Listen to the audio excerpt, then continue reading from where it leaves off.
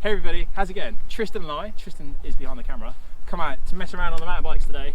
It's a particularly dull day in Cornwall, as you can tell, and we're going to mess around, try and improve some of our skills, and in doing so also pass some of those skills on to you, which no matter what sort of bike you ride is guaranteed to make your riding better. First up, for my essential mountain bike skills, technical climbs, because these will teach you how exactly to dose your power out. You have to analyse the terrain underneath your tyres, work out where the grip is. Always stay focused on a point far ahead of you. Now on the road this might seem like it's kind of irrelevant, but when it rains, when the roads are wet, when the roads are slippery, you're not always going to have the same amount of grip available, and just learning to analyse the terrain underneath you, working out where that grip is so important. Doing this, you're also going to be shifting your body weight around a lot, and that's really going to help you feel comfortable on your bike and understand how to move your body weight around, how that affects the grip that you've got underneath your tyres. And it's also so important to learn to maintain momentum. If you're just starting out, the climbs don't have to be crazy technical, but as you get better and more practiced, the more technical they are, the more rewarding they are. Obviously, I would almost say I'm cheating a little bit on the eZesty. Tristan's on his cross-country bike, so he's doing it for real. On this, you kind of don't use the line choice decision-making process as much as you should, so it is a bit of a cheat on that. You really have to tiptoe your way up, make sure you choose the correct lines. Right, you might recognise this little corner from our new intro. Thanks to Tristan and I on the cross-country bikes the other day.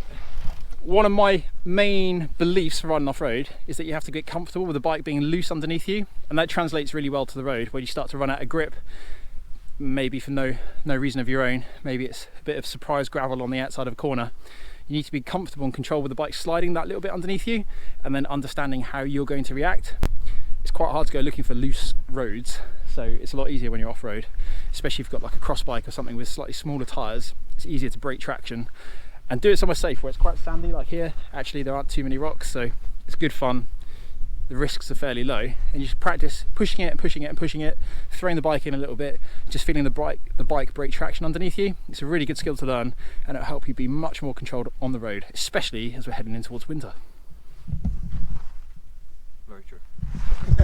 Might have messed up a little bit. It's not as loose as we thought, so Tristan's loosening it up, making it a little bit slippery. That's amazing.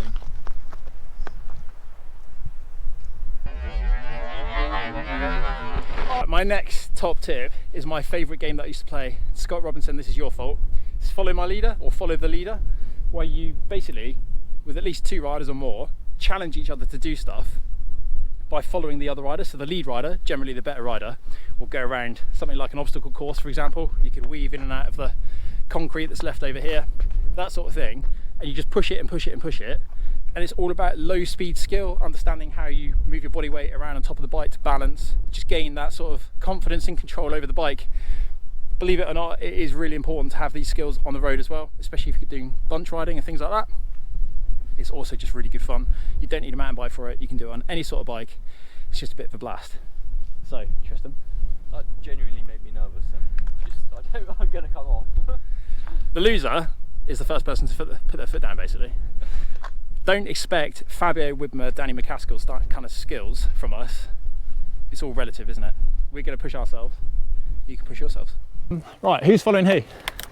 I'll follow you. You follow me. Right, okay. Well, this is real basic. We'll just start by weaving in and out, and then up onto a little one. Oh, terrible ride off the other end. But if we weave in here, and up onto there. Oh, I haven't got my battery on. Let's sort that out. Boost, bit of boost. Oh, hello. Oh, now it's alive. I did warn you. I was going to say, I did warn you we weren't going to be particularly good at this. Now you get the idea. I've got a really cool clip of you actually from the other day when we rode into Chapel Porth. All right, yeah. You were absolutely flying. We don't have to go that fast today. Yeah. Here we go then, riding narrow trails. So this one isn't actually too narrow. There are definitely narrower available. But this really benefits your road riding because it will teach you how to hold your line, because there's literally next to no margin for error on a trail like this. There you go, real narrow, especially when you're close to the edge. That will maintain your focus and it'll help you relax, because the only way to hold your line properly is just to really chill out on the bike and not get too panicky or too stressed about where the edge of the trail is. You just have to really focus on where your tyres are going.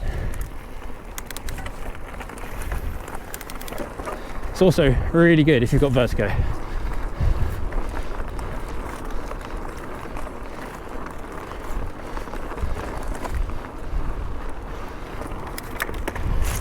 Oh, into the climb.